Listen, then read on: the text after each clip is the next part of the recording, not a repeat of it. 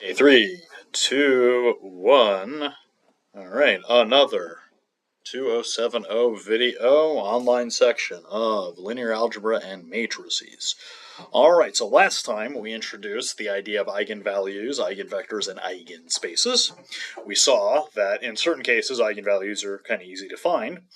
And once you have your eigenvalues, your eigenvectors can then be found by getting a basis for your eigenspace. Right, but we noted that the sort of situation we saw was kind of a special case of how to find eigenvalues. We would like a general method of attack. Now, something we saw was that A minus lambda I has to be a not invertible matrix for any eigenvalue, right? Because there have to be non-zero things in its null space, and thus the matrix fails to be invertible. And we learned that, hey, not being invertible means your determinant is equal to 0. So, hey, I have a formula here now to solve for lambda, and this is called the characteristic equation, or the characteristic polynomial, because as it turns out, it will always be an nth order polynomial, and its roots will be the eigenvalues. So, for example, here is a beautiful 2 by 2. If I want the eigenvalues of this, we look at the determinant of A minus lambda I. As we noted last time, minus lambda I is just going to subtract lambda off the diagonal. Now I can compute the determinant. There it is. That factors beautifully. And I find that my eigenvalues for this matrix are 2 and -3. And thus, if I wanted to get the eigenvectors, I would then go to the eigenspaces, get the basis for the null space, and call it good. Beautiful. All right. Now, if I pay a little attention to the coefficients here, note leading coefficient on lambda squared is 1. Coefficient here was 1, and coefficient here was -6. Well, if you look at any 2 by 2, it will turn out that the characteristic equation is always of this form. You'll always get a lambda squared. The coefficient on lambda will always be a plus d. Note the minus sign right there. And the constant term, oh, hey, look, it's the determinant. And actually, that's not too hard to see. The constant term will always be the determinant because you can plug in 0 for lambda, and that would zero everything out, and you just get the determinant. Not too shocking. All right, so in general, for 3 by 3 and beyond, there are formulas for the coefficients that are known, but they get sufficiently complicated, so it's not generally worth worrying about that, but formulas are out there for the interested individuals. It turns out that the coefficient on the lambda is always related to the sum of the diagonal entries, which is the trace. And the constant term, as I've already noted, will always end up being the determinant. All right, well, so 2 by 2 is really nice. There's a formula. You can just pop it right in and call it good. What do we do about 3 by 3s? All right, well, as noted, we're going to be computing determinants, and as we discussed with determinants, normally you want to try to do a cofactor expansion about a row or a column where we got some zeros. If there are none, unfortunately, you just got to do the computation, but if I've got a matrix, with some zeros, I can make life a little easy. Now, I want to compute the characteristic equation for this, so I have to subtract lambda off the diagonal. There it is right there. And now, if I am going to go ahead and get the characteristic equation, I need to compute this determinant. And obviously the 0 right here is screaming at us to use it to our advantage. Obviously, I'm not going to cofactor expand across this row. Way more computation than I need to be. And in particular, what I decided to do was cofactor down the column.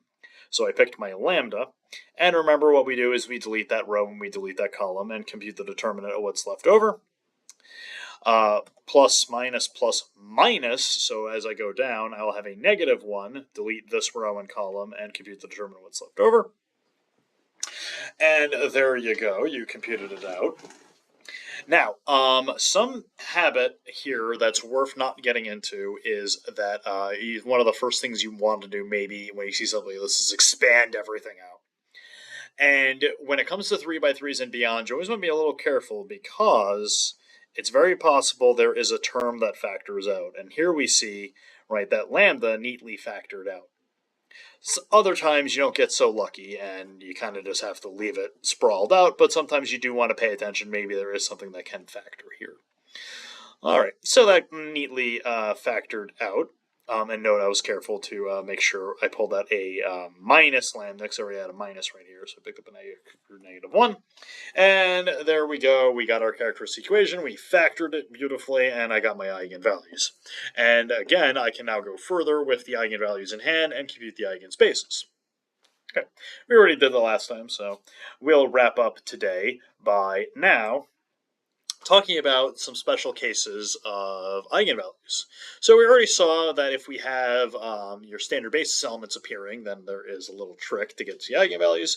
For triangular matrices, the diagonal entries are always the eigenvalues. So for example, here is a lower triangular matrix. If I were to get the characteristic equation, note that I would subtract lambda off the diagonal, but as we learned, a triangular matrix, its eigenvalues will be just the product of its diagonal entries. And hey, look at that. It's already nicely neat factored for us. Note, the eigenvalue 1 appeared twice here, so we would say that lambda is a eigenvalue of algebraic multiplicity 2. There is also something called a geometric multiplicity, and maybe we'll talk about that a little later. All right, so for certain matrices, there is a nice way of computing the eigenvalues, so triangular ones. The life is good. Let's add to the word salad, or word soup, whatever it was, of when a matrix is invertible, because now we have yet another characterization of invertibility. When 0 is an eigenvalue, you are not invertible. Indeed, if it is, then you know that the determinant, if 0 is an eigenvalue, then you know this holds, but 0 times I is just 0, so we get the determinant of A is equal to 0, so A can't be invertible. And vice versa, if the determinant of A is 0, well then the determinant of A minus 0I is equal to 0, and thus 0 is an eigenvalue. Cool. Speaking of this characteristic equation, it turns out that matrices can sometimes have the exact same characteristic equation. And a very important situation is when two matrices are similar to each other.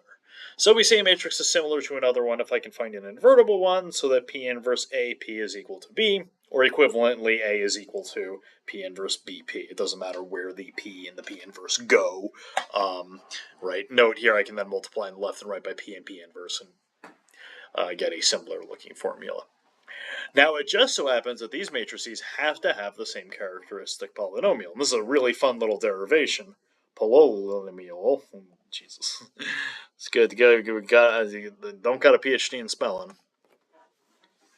All right, and this has always been one of my little favorite derivations. So if A is similar to B, then A can be rewritten as P inverse BP. I is P inverse P. And thus I can factor the P inverse out on the left and the P on the right. The determinant, we remember, is multiplicative, meaning that if you give it a product, it pulls it apart the way you want it to. And when we talked about that, we noted that the inverse of a matrix has a determinant of 1 over the determinant of the original. So those cancel, and I get the determinant of B minus lambda. Ooh, really slick little calculation there.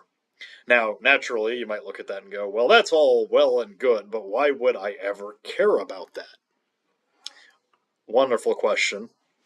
Maybe we'll answer in the next video.